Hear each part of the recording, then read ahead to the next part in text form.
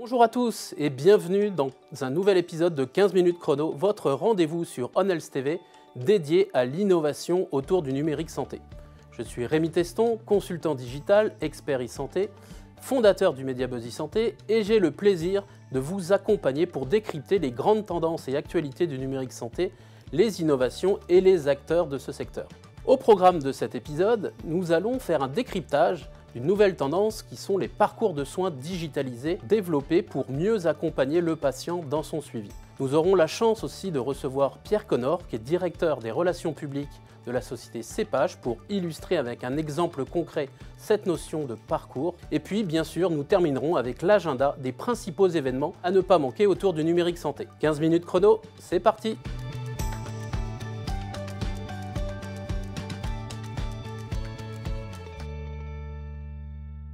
Pour optimiser la prise en charge des patients et décloisonner les équipes médicales, on observe l'essor de ces parcours de soins digitalisés. C'est vrai qu'une des tendances fortes aujourd'hui, c'est de changer de paradigme avec le numérique, et le digital apporte de belles opportunités pour justement accompagner cette transformation en passant de l'acte au parcours. Aujourd'hui, il existe de nombreux facteurs qui sont positifs pour développer ces notions de parcours. Tout d'abord, la technologie est bien présente. Les innovations se déploient et sont disponibles pour le suivi des patients. On a également une prise en charge des patients qui est optimisée et des patients qui sont de plus en plus ouverts à l'utilisation de ces technologies. Et les acteurs de santé se sont extrêmement aussi investis sur ce segment avec le déploiement de solutions. On observe des choses qui sont déployées par des industriels de santé, par l'ensemble des acteurs, des hospitaliers et également les grands acteurs du numérique, les fameux GAFAM. L'accélération du virage numérique en santé permet d'apporter un éclairage et aussi un cadre propice au développement de toutes ces solutions et cette notion de parcours de santé. Cette notion repose sur différents aspects et notamment la possibilité de suivre un patient, notamment lors d'hospitalisation, que ce soit en amont, pendant son séjour ou ensuite au domicile. On observe, c'est vrai, le virage ambulatoire qui prend une place de plus en plus importante et notamment cette notion de prise en charge à domicile du patient. Tout d'abord, il permet d'avoir un suivi en continu du patient, d'avoir un suivi des données, que ce soit fait avant une hospitalisation, pendant et après, et ça permet aussi de décloisonner finalement l'ensemble des acteurs de soins qui sont impliqués dans le parcours du patient. Puisque que vous soyez le médecin hospitalier, le médecin de ville, l'infirmier, le pharmacien, vous allez avoir accès aux mêmes données pour un suivi efficace du patient. On voit émerger des solutions qui simplifient l'accès à l'information et lutter aussi contre certaines désinformations qui peuvent circuler sur les réseaux sociaux ou sur Internet en général. Dans ces parcours de soins digitalisés, une technologie émerge de plus en plus, c'est la télésurveillance. Alors la télésurveillance, c'est quoi? C'est un acte de télésanté qui permet à un professionnel de santé et toute l'équipe médicale de suivre à distance les données du patient. Le plus souvent, ce sont des données cliniques ou techniques. On le voit beaucoup dans les maladies chroniques, que ce soit le diabète, les maladies cardiovasculaires ou les maladies rénales. Il y a eu une première phase avec un programme d'expérimentation qui s'appelait ETAP et qui a permis de tester un certain nombre de solutions dans des nombres de pathologies limitées, les maladies chroniques, maladies rénales, maladies cardiovasculaires, diabète, et aujourd'hui, la télésurveillance s'ouvre à toutes les pathologies et rentre dans un cadre de remboursement par l'assurance maladie du fait que la télésurveillance entre dans le droit commun. Donc la télésurveillance a pour enjeu de simplifier le parcours de soins et d'accompagner efficacement le patient dans le suivi de sa pathologie. Ça permet de remonter des alertes, des suivis sur différents créneaux. Et du coup, le professionnel de santé peut être alerté et intervenir finalement à tout moment au chevet du patient. Donc la télésurveillance fait partie de la télésanté et devient un acte de télésanté qui est de plus en plus déployé avec de nombreux acteurs qui lancent leurs solutions pour accompagner les patients. On peut citer comme exemple la solution Acoadom qui est développée par la société Continuum Plus et qui permet d'accompagner les patients atteints de cancer métastatique tout au long du parcours, que ce soit au domicile, que ce soit lors des rendez-vous avec les praticiens. L'ensemble des données sont centralisées et suivies par tous les acteurs qui intègrent ce parcours de soins. Un autre point important aujourd'hui dans les parcours de soins digitalisés, c'est toute cette notion autour de l'éducation thérapeutique. Et donc ces programmes d'ETP commencent à se numériser et intégrer ces parcours de soins digitalisés avec des pratiques qui vont intégrer de la gamification, de la vidéo et permettre finalement une information éclairée du patient à distance, soit par des modules en live type webinar, soit par des modules de formation, des modules e-learning, toujours couplés aussi avec des rencontres en physique avec des infirmières ou d'autres acteurs d'éducation thérapeutique. On peut citer en exemple la société Motive Park qui développe un serious game autour de la maladie de Parkinson ou la société Nuvi qui développe plusieurs parcours personnalisés dans différentes pathologies. On le voit dans les parcours de soins digitalisés, vous avez cette notion de télésurveillance, cette notion d'éducation thérapeutique, mais on observe également le déploiement d'assistants intelligents matérialisés le plus souvent sous la forme de chatbots et qui permettent d'informer le patient 24 heures sur 24, 7 jours sur 7 et de lui apporter de l'information à la fois sur la pathologie, sur le quotidien et notamment tout ce qui est dit autour de la prise en charge holistique du patient, c'est-à-dire des conseils sur la nutrition, des conseils sur l'activité physique et tout ce qui peut l'aider à avoir un meilleur quotidien avec la maladie. Autre élément important que l'on voit et qui permet d'avoir une vraie adhésion et implication du patient, c'est la gamification qui est de plus en plus utilisée dans ces parcours. C'est vrai que les mécaniques du jeu permettent une meilleure assimilation des messages et une meilleure adhésion des patients, et notamment tout ce qui est autour de l'observance. Ces mécanismes de jeu s'imposent comme un vrai moyen d'accompagnement du patient dans la compréhension de la maladie et le suivi. Plus globalement, ces prises en charge dans des parcours consolidés offrent de multiples avantages. On l'a dit, ça permet par exemple de décloisonner les équipes médicales. C'est vrai qu'il y a toujours une problématique entre les informations qui sont partagées par les équipes à l'hôpital, en ville, que ce soit le médecin, l'infirmière, le pharmacien. Et donc ces solutions digitales permettent de centraliser les informations et de faciliter les échanges entre tous ces acteurs du parcours de soins. Le patient, de son côté, est mieux informé, puisqu'il accède à davantage d'informations de qualité qui sont triées, et ça lui permet de devenir un véritable acteur de sa santé et d'être vraiment impliqué dans l'ensemble du parcours. C'est quelque chose qui permet de maintenir aussi le lien entre les patients, et on voit émerger aussi beaucoup de solutions pour les aidants qui sont souvent finalement mis un petit peu de côté, les aidants qui ont un rôle très important dans un certain nombre de pathologies. Pour répondre aux besoins et attentes des professionnels de santé, on voit de nombreuses startups qui se lancent sur ces sujets-là et qui permettent justement d'accompagner sur l'ensemble du parcours le patient et également faciliter le partage d'informations avec les équipes médicales. Ces parcours de soins digitalisés apparaissent donc comme une véritable solution pour à la fois optimiser la prise en charge du patient, décloisonner les équipes médicales et simplifier le suivi au quotidien de la pathologie du patient.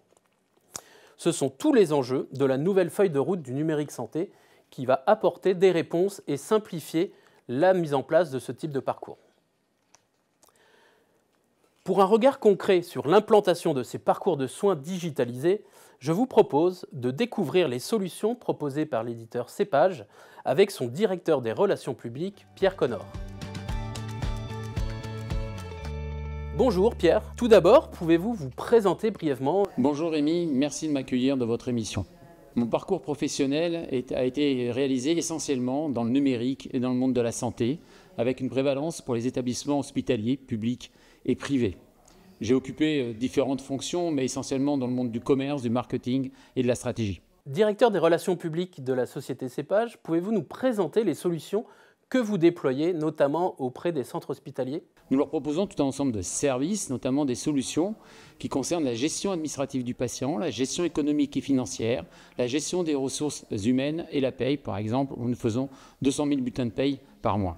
On observe l'essor de parcours de soins digitalisés qui notamment fait le lien entre l'hôpital et la ville. Quel est votre regard sur cette tendance que l'on voit de plus en plus émerger? Alors, cette tendance, on pourrait se demander aussi pourquoi il y a cette tendance de numérisation des parcours patients.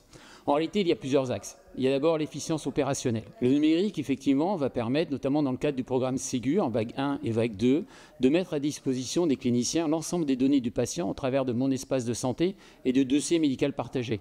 Efficience, pourquoi? Parce qu'ainsi, le médecin va pouvoir avoir la bonne information au bon moment, quand il en a besoin. Un résultat d'examen, une radio, un compte-rendu. On peut également parler de parcours de soins. Effectivement, la numérisation du parcours de soins va permettre à un patient de pouvoir faire sa préadmission, de prendre un rendez-vous à distance, mais également de faire toute la coordination qu'il y a entre la ville et l'hôpital, et encore la ville, que ce soit avec le médecin généraliste, l'infirmière, le kiné, etc. Donc là, le numérique a un rôle essentiel de pouvoir faire transiter l'information au travers des différents intervenants qui vont adresser le patient. Et puis également, il y a la problématique de l'accès aux soins. Aujourd'hui, avec des solutions de télémédecine, téléconsultation, téléexpertise, effectivement, on a la possibilité d'apporter un élément de réponse à la problématique des déserts médicaux et du fait qu'on manque de spécialistes. Après, on a derrière la corrélation de ces trois éléments, c'est l'efficience financière quelque part. Parce que le fait de donner la bonne information, on va pouvoir bien soigner le patient. Par exemple, le médecin pourra voir qu'il y a déjà eu une analyse de labo il y a 48 heures. Est-ce que c'est nécessaire de la refaire?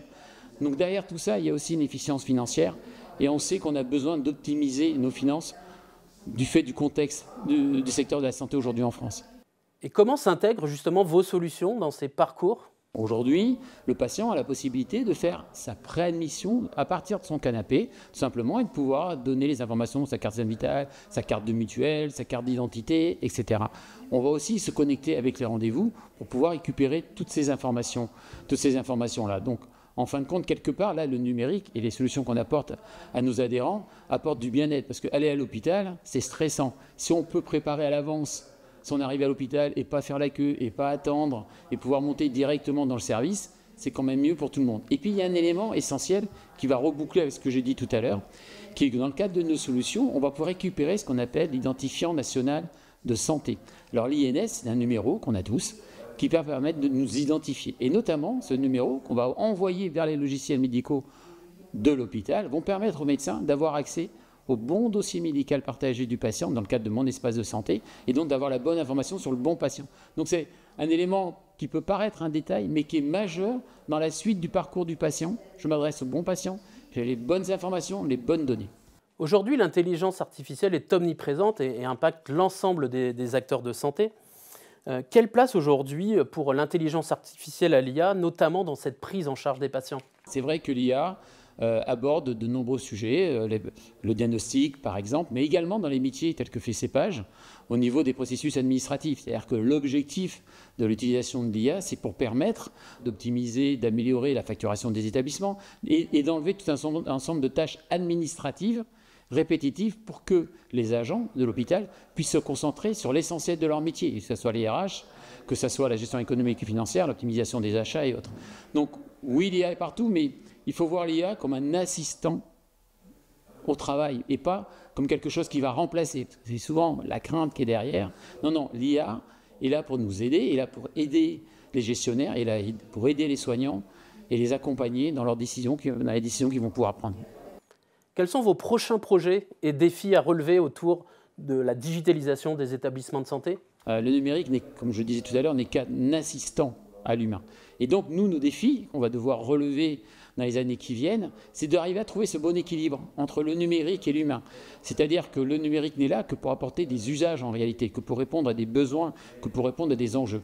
Je vais faire un parallèle avec quelqu'un que j'admire, qui est Steve Jobs. Steve Jobs n'a pas inventé le téléphone. Steve Jobs a inventé des usages en réalité. Nous, notre métier et les défis qu'on va devoir relever demain, c'est d'inventer de nouveaux usages qui vont apporter du bénéfice à la fois aux soignants et à la fois aux patients. Merci Pierre pour cet éclairage et rendez-vous lors de la prochaine chronique pour la rencontre d'un nouvel acteur. Pour terminer cette chronique, je vous propose de découvrir quelques événements à ne pas manquer au cours des prochaines semaines. Tout d'abord, comme tous les ans, Santexpo, organisé par la Fédération hospitalière de France, sera le rendez-vous incontournable de tous les acteurs de santé, centré principalement autour de l'hôpital, mais où l'innovation et le numérique seront omniprésents. Ce salon se déroulera à Paris du 21 au 23 mai prochain. Cette même semaine, toujours à Paris, le grand rendez-vous annuel de l'innovation technologique, Viva Technologie, sera organisé du 22 au 25 mai avec pour objectif de décrypter toutes les nouvelles tendances qui impactent la société et notamment de nombreux acteurs de santé présents. Les startups seront également mises à l'honneur le 4 juin à Lyon pour la 9e journée startup innovante du dispositif médical organisée par le SNITEM où se réuniront des startups, entreprises, chercheurs, industriels, prestataires de services et l'ensemble de l'écosystème de l'innovation autour du dispositif médical. De son côté, Paris Santé Campus organise une nouvelle édition de son événement annuel Campus Live le 11 juin prochain qui met à l'honneur l'ensemble de l'écosystème du numérique santé avec des démonstrations de start-up, des keynotes et des tables rondes pour décrypter les principales tendances.